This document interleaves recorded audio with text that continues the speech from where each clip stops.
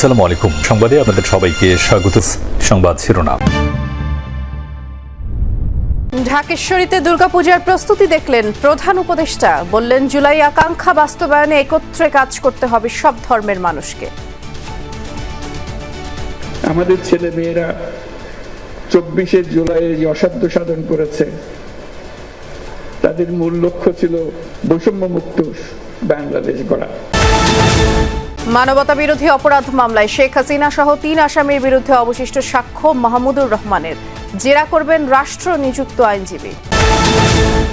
রাকসুতে তৃতীয় দিনের মতো প্রচারে ব্যস্ত প্রার্থীরা। চাকসু নির্বাচনে মনোনয়নপত্র বিতরণের শেষ দিন আজ। এ পর্যন্ত 4টি প্যানেল ঘোষণা। বগুড়ার শিবগঞ্জে প্রবাসী স্ত্রী ও ছেলেকে কুপিয়ে হত্যা। ঘটনাস্থলে পৌঁছেছে পুলিশ। হত্যাকাণ্ডের কারণ খতিয়ে দেখছে আইন শৃঙ্খলা বাহিনী। আসসালামু আলাইকুম। এতক্ষণ দেখছিলেন সংবাদ শিরোনাম, এখন দেখবেন বিস্তারিত। আসন্ন দুর্গাপূজার আয়োজন দেখতে রাজধানীর ঢাকেশ্বরী মন্দির পরিদর্শন করেছেন প্রধান উপদেষ্টা ডক্টর মোহাম্মদ ইউনূস। এ সময় তিনি জুলাই আকাঙ্ক্ষার বাস্তবায়ন চাইলে সব ধর্মের মানুষকে একসাথে কাজ করার আহ্বান জানান। বলেন, বিশ্ব অনুসরণ করবে এমন রাষ্ট্র গড়ে তোলার প্রত্যয়ের কথা। সকাল 11টা নাগাদ তিনি ঢাকেশ্বরী মন্দিরে যান। পরিদর্শন শেষে সনাতন হিন্দু ধর্মাবলম্বীদের সাথে শুভেচ্ছা বিনিময়ে সভায় যোগ দেন প্রধান উপদেষ্টা। আর এ সময় শারদীয় দুর্গোৎসব উপলক্ষে সনাতন ধর্মাবলম্বীদের নানা পরিকল্পনার কথাও শোনেন তিনি। একই সাথে বলেন, কোনো ধর্মকে আলাদা করে দেখতে পারবে না রাষ্ট্র। সব ধর্মের মর্যাদা দিতে রাষ্ট্র বাধ্য। বলেন, জুলাই আকাঙ্ক্ষার বাস্তবায়ন করতে হলে সবাইকে একসাথে কাজ করতে হবে, আর বিভক্ত হলে আমরা জাতি হিসেবে ব্যর্থ হয়ে যাব। বলেন, এমন একটা রাষ্ট্র বানাতে চাই যেখানে নিরাপত্তা বাহিনী নয়, মুক্তভাবে সবাই মিলে ধর্মীয় উৎসব পালন করবে। আমরা এমন রাষ্ট্র গঠন করতে চাই, পৃথিবী আমাদেরকে অনুসরণ করবে। জুলাই গণ অভ্যুত্থানের মধ্য দিয়ে আমরা বৈষম্য দুর্নীতিমুক্ত একটি সমৃদ্ধ দেশ গড়ার যে অগ্রযাত্রা শুরু করেছি, তার সকল বাস্তবায়ন করতে হলে ধর্ম বর্ণ ভেদাভেদ ভুলে সকলকে একসঙ্গে কাজ করতে হবে। জুলাই গণ অভ্যুত্থানে মানবতা বিরোধী অপরাধের মামলায় শেখ হাসিনা সহ 3 আসামির বিরুদ্ধে আমার দেশ পত্রিকার সম্পাদক মাহমুদুর রহমানের সাক্ষ্য গ্রহণ শেষ হয়েছে। এখন তাকে জেরা করছেন শেখ হাসিনার পক্ষে রাষ্ট্র নিযুক্ত আইনজীবী। বিচারপতি গোলাম মর্তুজা মজুমদারের নেতৃত্বাধীন ট্রাইব্যুনালে সাক্ষ্য দেন মাহমুদুর রহমান। নিজ সাক্ষ্যের শেষ দিন ট্রাইব্যুনালকে তিনি বলেন, শেখ হাসিনার 15 বছরে যে চরম দুর্নীতি এবং মানবতা বিরোধী অপরাধ করেছেন, এর প্রেক্ষিতে জনগণের প্রত্যাশা আর যেন দেশে ফ্যাসিবাদ কায়েম না হয়। এর আগে সোমবারও দিনভর সাক্ষ্য দেন মাহমুদুর রহমান। তিনি বলেন, 2008 সালে শেখ হাসিনা ক্ষমতায় এসেই বুঝতে পারেন সেনাবাহিনীকে দুর্বল না করে এবং বিএনপিকে না ভাঙতে পারলে দীর্ঘদিন ক্ষমতায় থাকা যাবে না। সে লক্ষ্যে পুলিশ ও বিচার বিভাগকে ব্যবহার করে একের পর এক অপকর্ম, গুম, খুন, মিথ্যা মামলায় রাজনৈতিক ব্যক্তিদের আটক করতে থাকেন। তিনি নিজে 2 দফায় 39 দিন রিমান্ডে ছিলেন, জানিয়ে নির্যাতনের কথাও তুলে ধরেন। আদালতকে এই সম্পাদক বলেন, শেখ হাসিনার সময় দেশ পরিণত হয়েছিল ভারতে অঘোষিত উপনিবেশে, আর শেখ হাসিনার বিরুদ্ধে এই মামলা সাক্ষ্য গ্রহণ একেবারেই শেষ পর্যায়ে রয়েছে। এদিকে একই মামলায় সাক্ষ্য দিতে ট্রাইব্যুনালে গিয়েছেন এনসিপির আহ্বায়ক নাহিদ ইসলাম। তবে আজ তার সাক্ষ্য নাও নেওয়া হতে পারে। আরও 2-1 সাক্ষ্য গ্রহণ শেষে মামলার যুক্তিতর্ক উপস্থাপন শুরু হবে বলে জানিয়েছে প্রসিকিউশন। শেখ হাসিনার স্বৈর শাসক হয়ে ওঠার কাহিনী এবং স্বৈর শাসন বহাল রাখার যে প্রক্রিয়া তিনি অনুসরণ করেছিলেন, তার আংশিক বর্ণনা তিনি দিয়েছিলেন। আজকে এই সরকারের পতনের বিষয়ে উনি আলোচনা করেছেন এবং বিভিন্ন উদাহরণ টেনেছেন। রাজশাহী বিশ্ববিদ্যালয়ে কেন্দ্রীয় ছাত্র সংসদ, রাকসু ও হল সংসদ নির্বাচনের 3য় দিনের মতো প্রচারণায় ব্যস্ত প্রার্থীরা। সকাল থেকে একাডেমিক ভবন, আবাসিক হল সহ ক্যাম্পাসের বিভিন্ন স্থানে প্রার্থীরা গণসংযোগ করছেন, নানা প্রতিশ্রুতি দিয়ে শিক্ষার্থীদের দৃষ্টি আকর্ষণের চেষ্টা করছেন।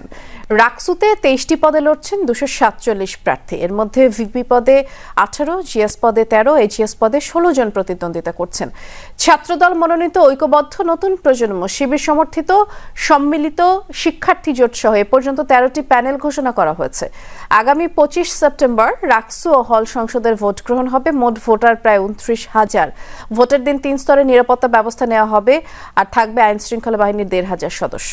বৃষ্টি শিক্ষার্থীদের মধ্যে রাকসুর নির্বাচন নিয়ে দারুণ আগ্রহ। সকাল থেকে আমি রাজশাহী বিশ্ববিদ্যালয়ের যে কয়েকটি একাডেমিক ভবন এবং জায়গাগুলো ঘুরে দেখেছি যে শিক্ষার্থীদের যে উপস্থিতি এবং এই রাকসু নিয়ে এখন বলা যায় যে রাজশাহী বিশ্ববিদ্যালয় জুড়েই কিন্তু শুধু রাকসু নিয়েই আলোচনা চলছে।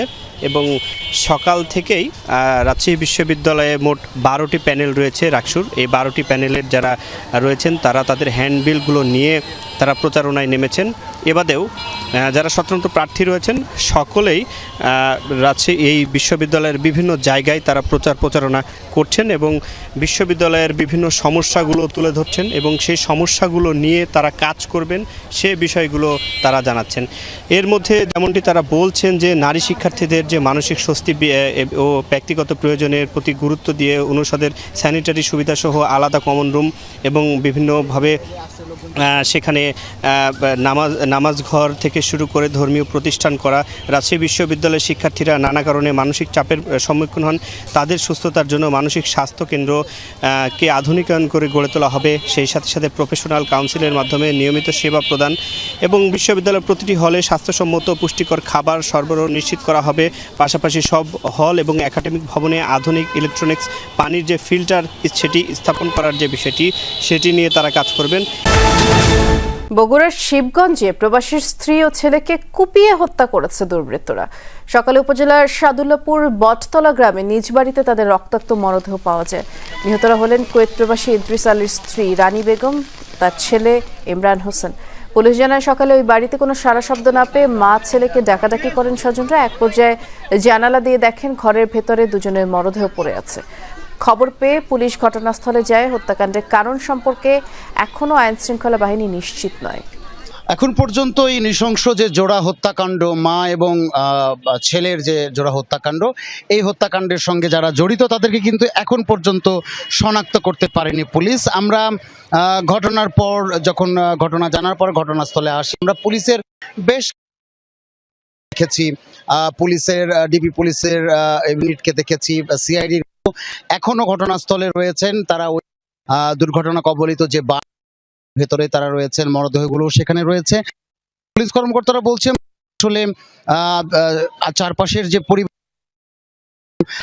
এই পরিবারের সাথে কারো কোনো শত্রুতা আছে কিনা বা অন্য কোনো বিষয় আছে কিনা, যেহেতু দুদিন পরে এই বাড়িতে একটি বিয়ের অনুষ্ঠান হওয়ার কথা ছিল এবং সেই উপলক্ষে কিন্তু বাড়িতে বেশ কিছু টাকা পয়সা, সোনা দানা এগুলোও ছিল।